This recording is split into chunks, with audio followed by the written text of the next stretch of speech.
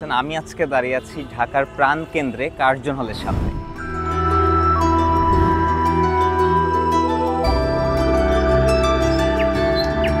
আসসালামু আলাইকুম গাইজ, আশা করি সবাই ভালো আছেন। আমি আজকে দাঁড়িয়ে আছি ঢাকার প্রাণ কেন্দ্রে কার্জন হলের সামনে, যে ভবনটি ইতিহাসের সাক্ষী হয়ে দাঁড়িয়ে আছে।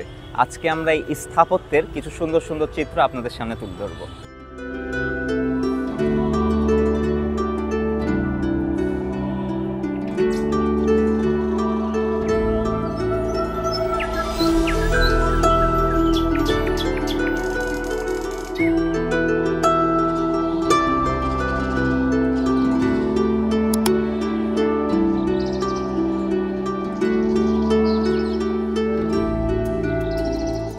এই ভবনটির নামকরণ করা হয়েছিল লর্ড জর্জ কার্জনের নাম অনুসারে এবং 1904 সালে তিনি নিজে এই ভবনটির ভিত্তিপ্রস্তর স্থাপন করেছিলেন।